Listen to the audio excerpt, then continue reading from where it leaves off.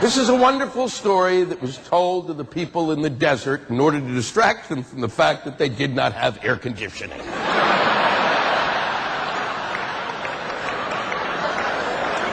I would love to have the faith to believe that it took place in 7 days, but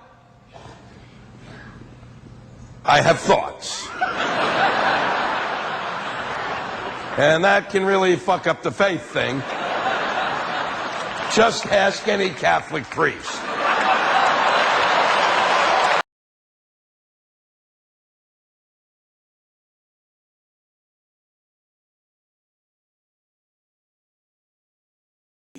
You don't believe it. You don't.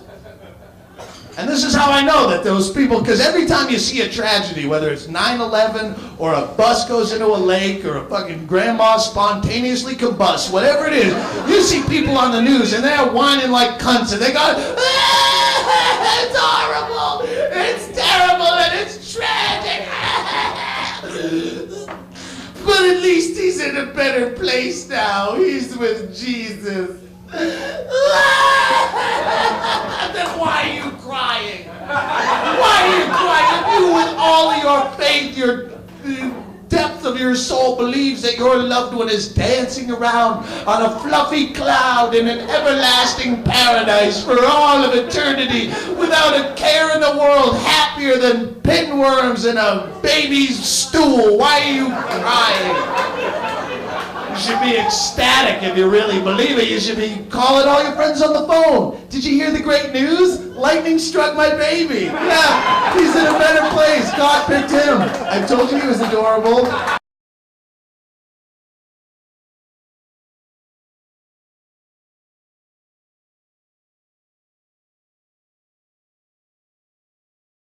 Oh, Bill, you're such a meanie.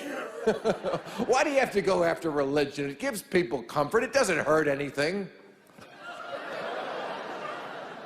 Okay, well, other than most wars, the Crusades, the Inquisition, 9/11, arranged marriages to minors, blowing up girls' schools, the suppression of women and homosexuals, fatwas, ethnic cleansing, honor rape, human sacrifice, burning witches, suicide bombings, condoning slavery, and the systematic fucking of children, there's a few little things that I have a problem with. So.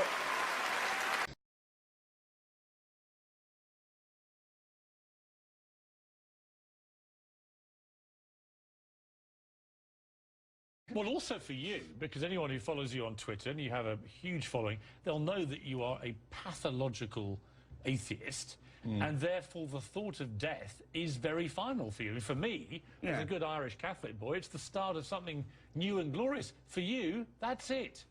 For me, it's the end of something glorious, so I have to pack it all in. But, you know, I'm not depressed about it. I don't want to die any more than anyone else. And I think there's this strange myth that atheists have nothing to live for. It's the opposite. We have nothing to die for. You have more to live for. We have everything to live for. Yes. Yeah. I would imagine you have a more focused attention to life because you think it ends when you die. I think it's precious. I think it's beautiful. I think the world is amazing. I love people, animals, art, every hobby. I can't believe my luck that I'm alive for these 70 or 80 years. Might be less.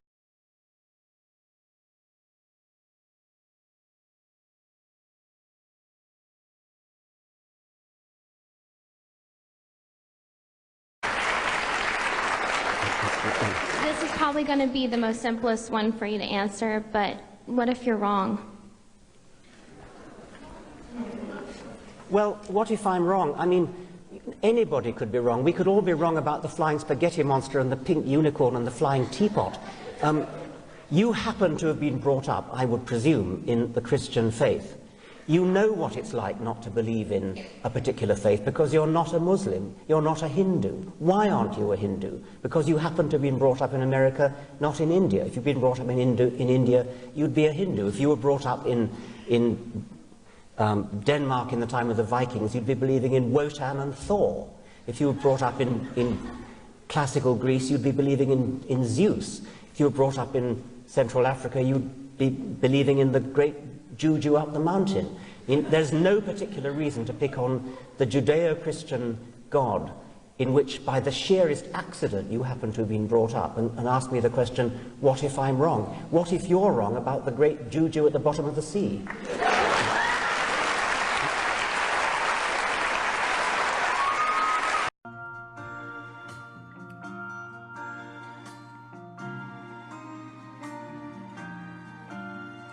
At a bar down in Dallas, an old man chimed in, and I thought he was out of his head. Just being a young man, I just laughed it off when I heard what that old man had said. He said, I'll never again turn the young ladies' heads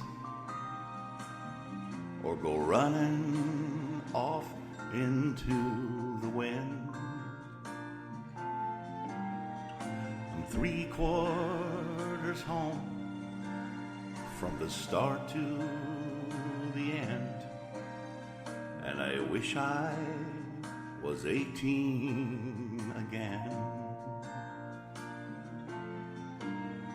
I wish I was 18 again,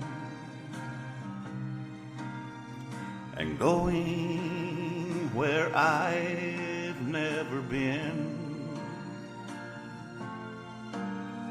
But old folks and old oaks standing tall just pretend. I wish I was 18 again.